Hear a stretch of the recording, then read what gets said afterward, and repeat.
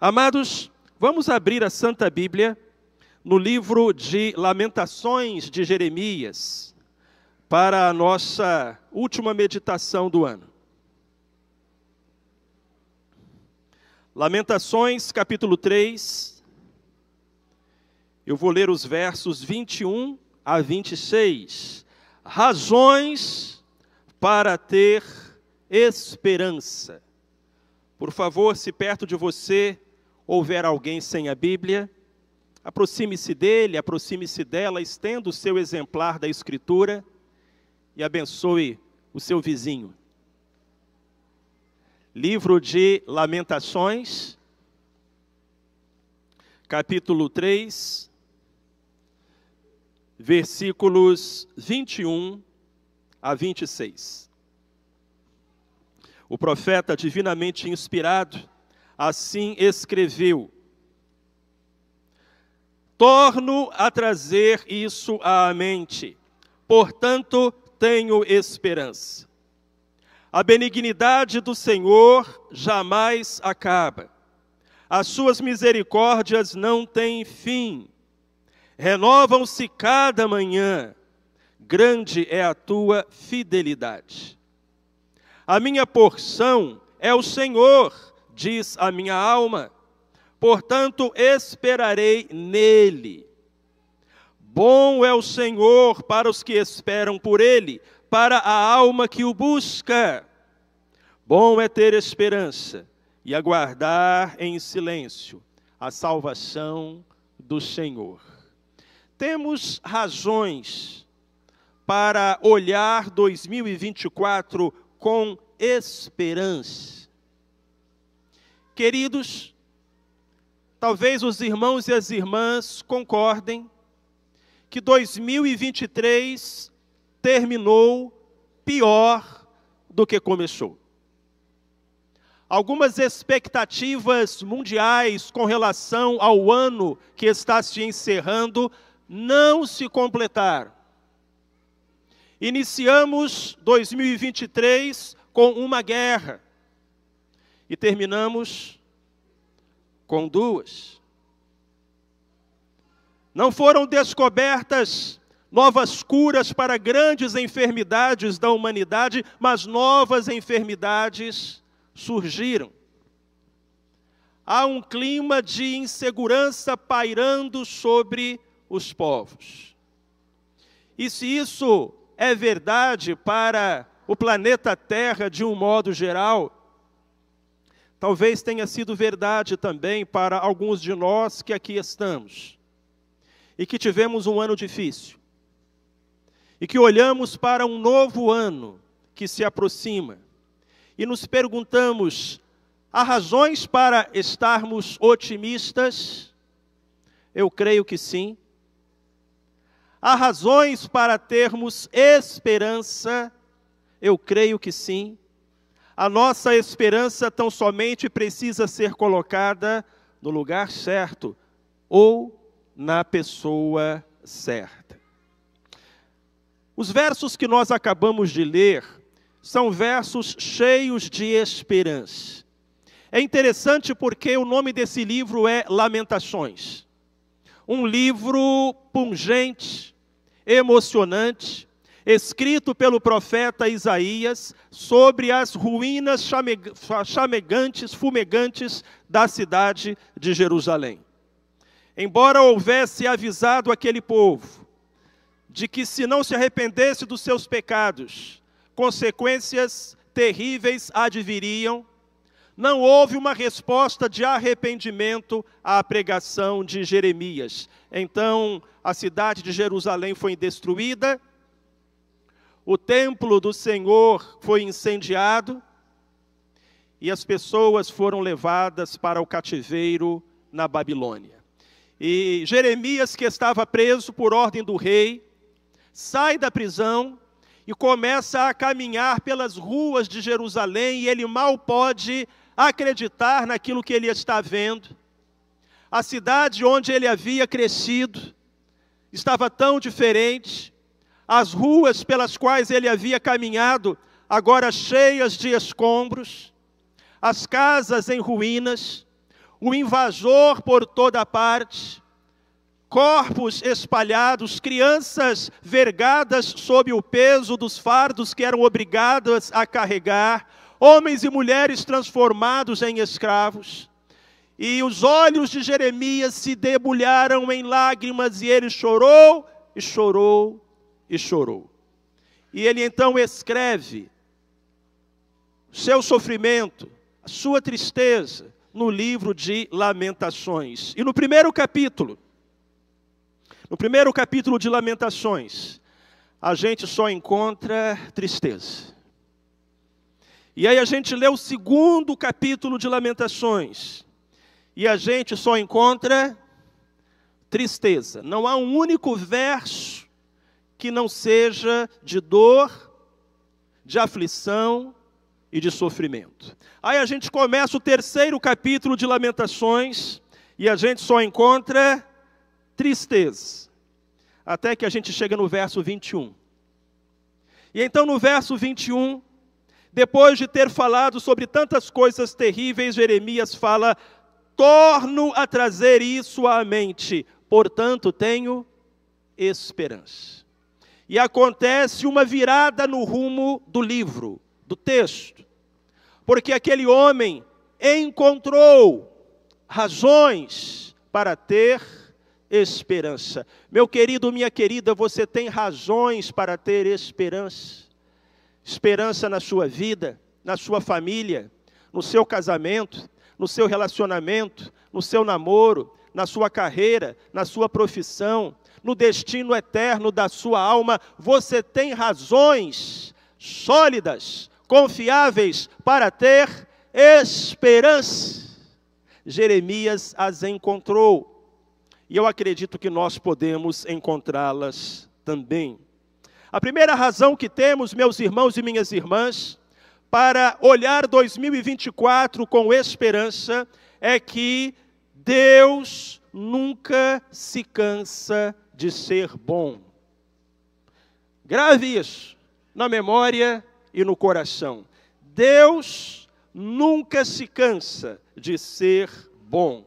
No verso 22 e no verso 23, o profeta escreveu: a benignidade do Senhor jamais acaba.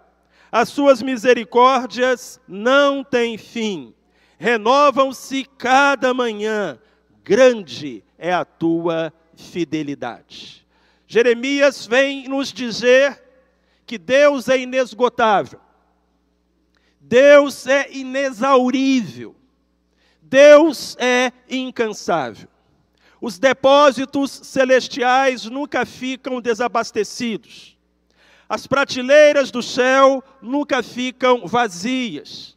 Os celeiros do céu nunca ficam vazios. As misericórdias do Senhor se renovam a cada manhã, e a cada manhã, e a cada manhã. E há algo que você precisa saber a respeito de Deus: Deus não se cansa de ser bom. Inesgotáveis são as misericórdias do Senhor.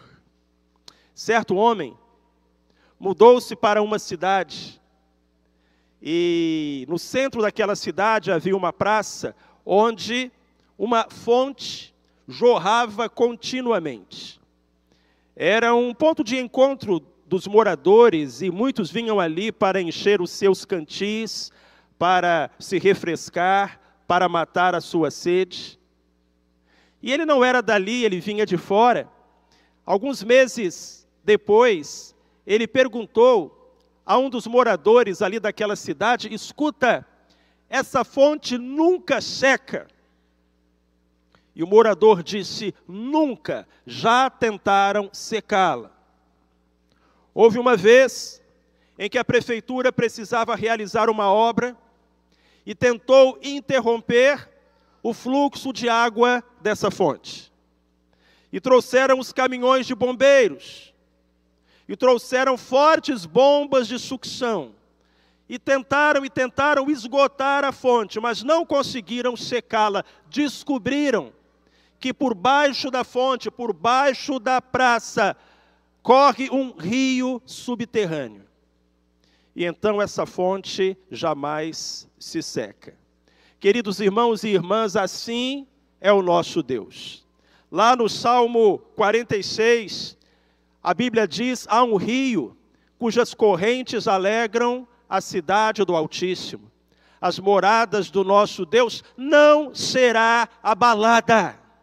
Deus é este rio a correr, perene, confiável, incansável na vida de todo aquele que nele crê, de todo aquele que nele confia. Por que temos motivos para ter esperança? Porque Deus é bom. Porque as misericórdias do Senhor se renovam a cada manhã. Porque Deus não se cansa de expressar a sua bondade, e misericórdia, e favor, e graça. Ele é a nossa fonte. E por causa dele, podemos ter esperança. O segundo motivo que Jeremias encontrou para ter esperança com relação ao futuro, foi o de que Deus é o que de melhor existe na nossa vida. Olha o que está escrito no versículo 24. A minha porção é o Senhor, diz a minha alma, portanto, esperarei nele. O que significa essa palavra? Porção. Ela está relacionada com herança. Imagine um homem muito rico, que morre e deixa o seu testamento. Então, um certo dia, vem o advogado com o testamento, a última vontade do falecido, e se reúnem os parentes, os empregados, os conhecidos, a esposa, os filhos, para a leitura do testamento. O que será que cada um vai receber? Você já pensou nisso? A maioria de nós imagina que quando o pai morrer vai herdar as dívidas, não é? Mas muitos ainda assim debatem, eu gostaria de ficar com aquela Bíblia do papai. Aquela Bíblia do papai, eu sempre via o papai lendo aquela Bíblia, eu gostaria de ficar com aquela Bíblia do papai. Eu gostaria de ficar com aquela planta da mamãe. A mamãe tinha tanto carinho, tanto capricho com aquela planta, eu gostaria de ficar com ela para mim. O que o profeta Jeremias está dizendo é que a minha porção, a minha herança, o meu testamento é o próprio Deus.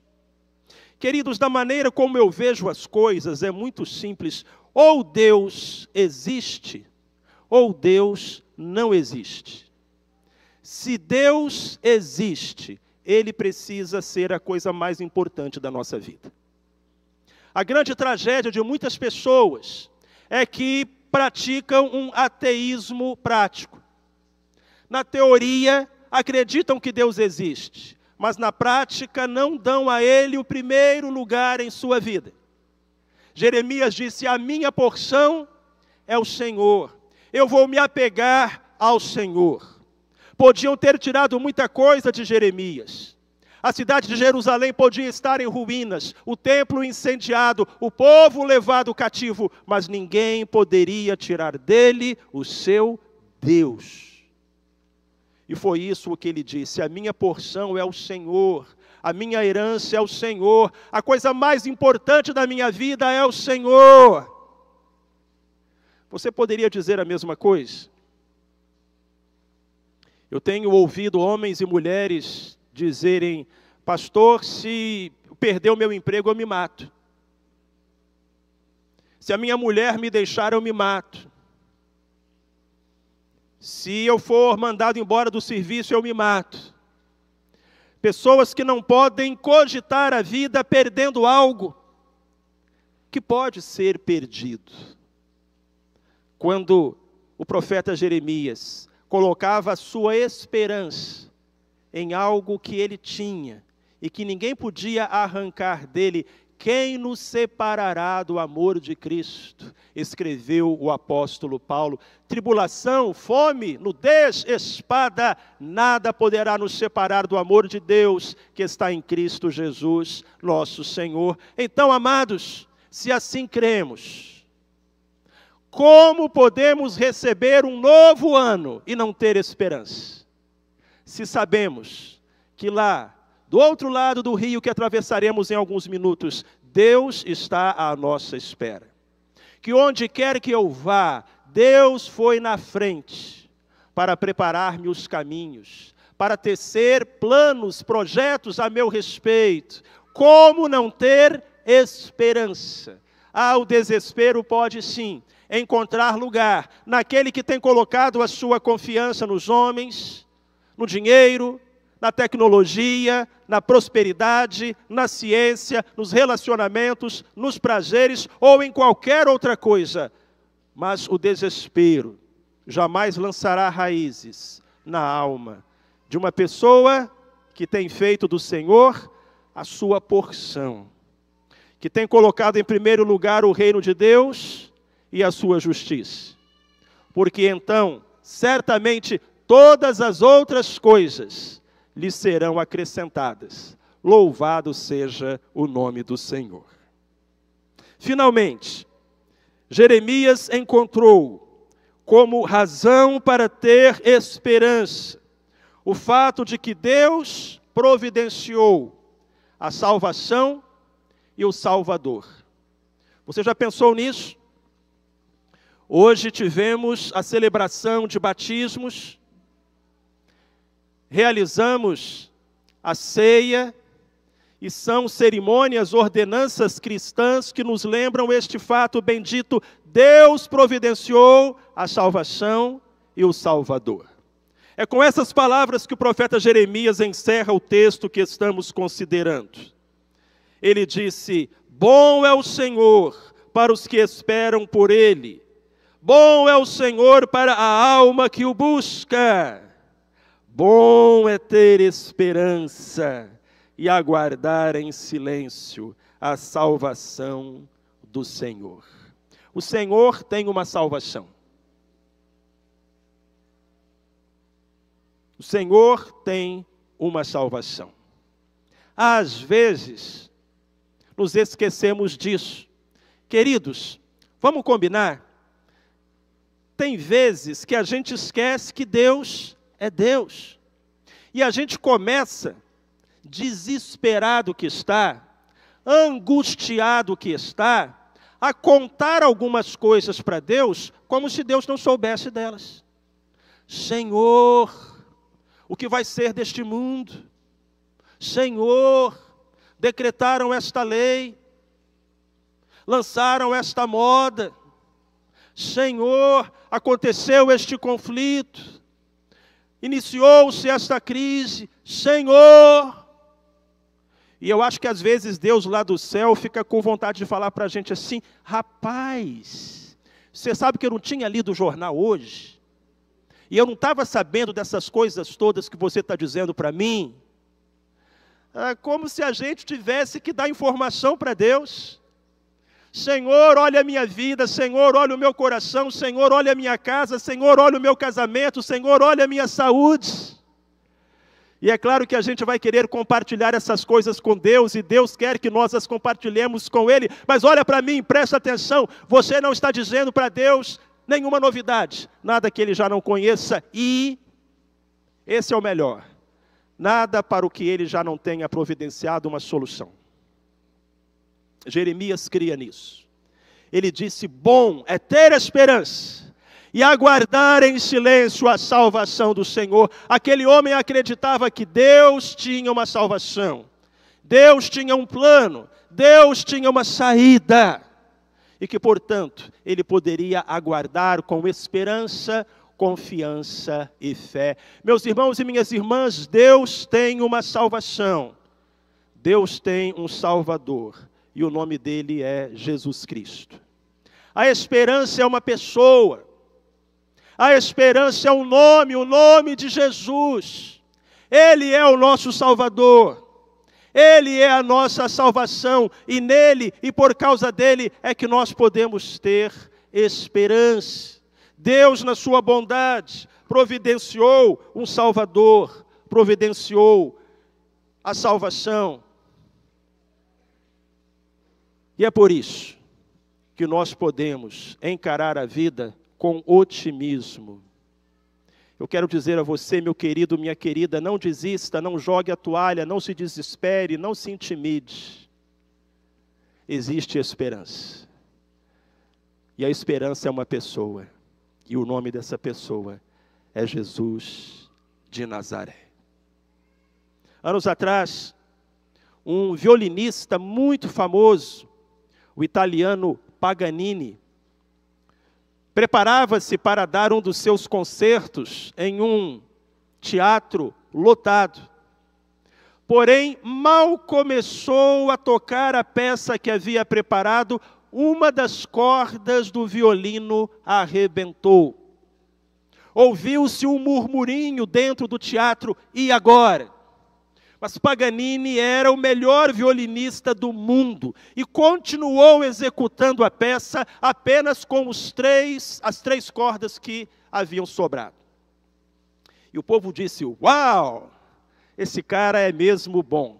Dali a pouco, para surpresa do público, outra corda arrebentou. E aí as pessoas começaram a rir, a cochichar. Alguns começaram até a achar graça da situação difícil que o músico estava. Quero ver como ele vai sair dessa.